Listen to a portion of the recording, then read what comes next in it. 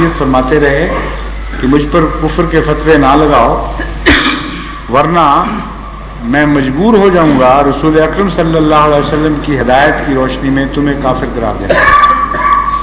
हदीसें coat की और मुसलसल ये मौक़िफ़ लिया, और जब उलमा बाज नहीं आए तो फिर आखिर आपने फतवा दिया।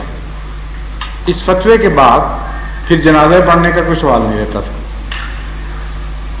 लेकिन साथ ही आपने शर्त लगाई कि अगर कोई शख्स मुकफ्फिर मुकज़्ज़िब ना हो और उससे वाज़ेह तौर पर पूछा जाए और वह हज़रत मसीह मौऊद अलैहिस्सलाम का इनकार ना करे, आपको झूठा ना कहे, तो उसका जनाजा हो सकती है। उसके साथ उस पर ये पाबंदी नहीं है।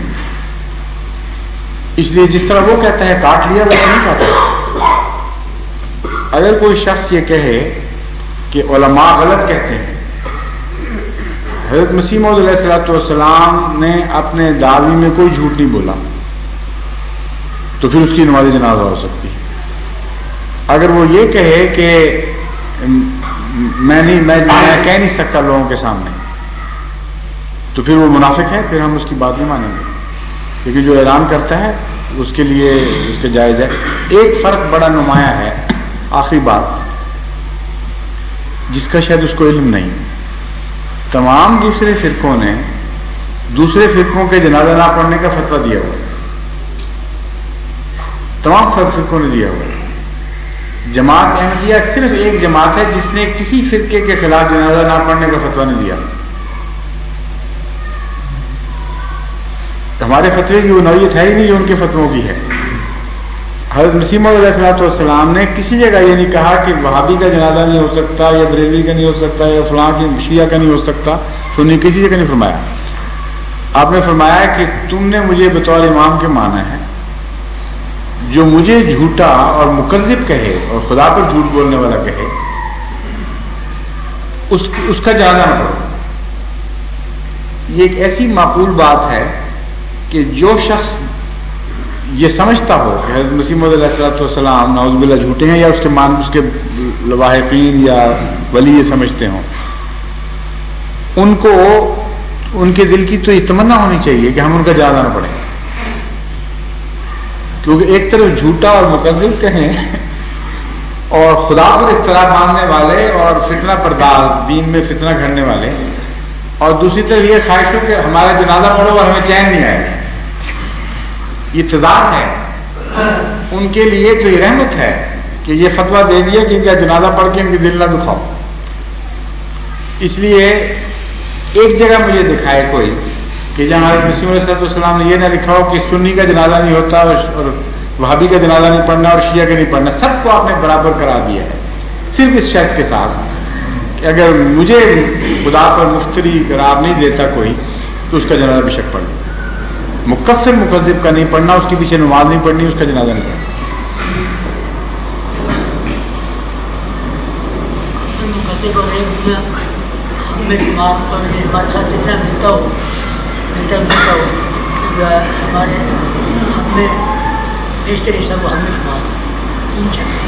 नहीं, ये जो मेरे ज़हन में हवाला उसमें ये नहीं है। उसमें मुकफ्फिर मुकज़्ज़िब ना हो और मुदाहनत से काम ना ले, मुदाहनत से काम ना ले। मैं वही कह रहा हूँ, मैं मेरे ज़हन में वही वाला है।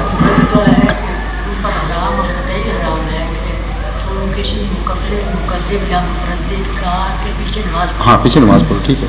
ये जो जनाजे वाला है, इसमें ये है कि काफिर ना हो, मुकज़्ज़िब ना हो, और हमारे से मिलता जुलता हो। ये हवाला कहाँ है, ये मुझे बताएं।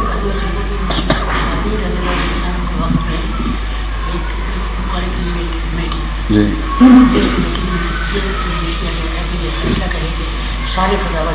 करेक्ट जी। नहीं, हवाला चाहिए, उसकी रिपोर्ट का, वो रिपोर्ट कहाँ है? आप नंबर थे जी? अच्छा, मौल दोस्तों सब हैं यहाँ? आप ये मौल दोस्तों सब से कहें और वहाँ भी लिखें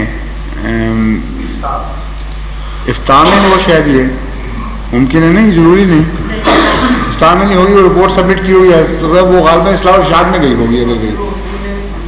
اچھا ہاں، نظارت اصلاح ارشاد میں یا پتہ کر لیں، وہاں ناظر صاحب اعلیٰ کو لکھیں کہ پتہ کروائیں، جس ڈپارٹمنٹ میں بھی ملے پرائیویٹ سیکٹری سے بھی پتہ کریں، کیونکہ اس میں ایک حوالہ بڑا اہم ہے. میرے ذہن نظر میں نہیں تھا یہ حوالہ، اس لیے میں پوچھ رہا ہوں.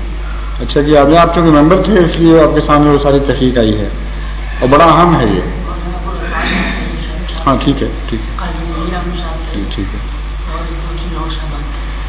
کب کی اندازاً کس سن کی بات ہے؟ 60 کے لگ بھگ. اچھا 60 کے لگ بھگ تھی. میں تو نہیں تھا اس میں شامل، مجھے یاد نہیں، ورنہ مجھے ضرور یاد ہوتا. اچھا اچھا، نہیں میں نہیں تھا، پکی بات ہے. ہاں نہیں ٹھیک ہے، ہوتا بھی تو مجھے یاد ہو جاتا، اتنی اہم بات میں بول نہیں سکتا تھا. ہاں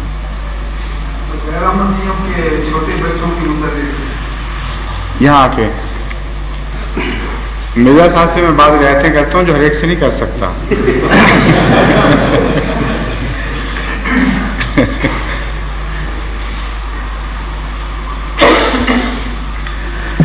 غیر احمدیوں کے جو چھوٹے بچے ہیں جی، ہم ان کا بھی جنازہ نہیں پڑھتے، حالانکہ وہ اصالتاً وہ نہ وہ مکذب ہیں.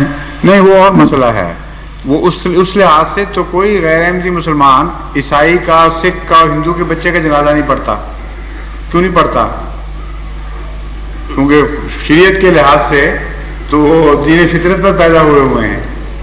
جی نہیں نہ پڑھتے، نہیں پڑھتے. اس لیے کہ فقہا کا یہ مسلمہ فتوہ ہے کہ بچے کا حکم ماں باپ کا حکم ہوگا. اس لیے میں نے اصالتاً کا لفظ استعمال کیا. ہاں کیا تھا، لیکن لوگوں کو اس حالات تک نہ پتہ لگا.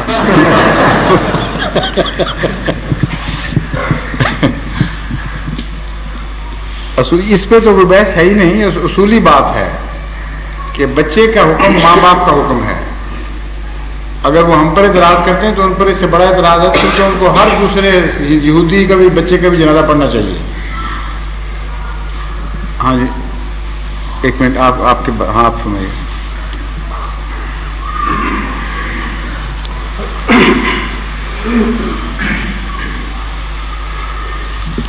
حضور کسی غیر دوست نے سوال کیا تھا کہ حضرت مرزا صاحب نے تعلیم بھی پائی. جی تعلیم پائی.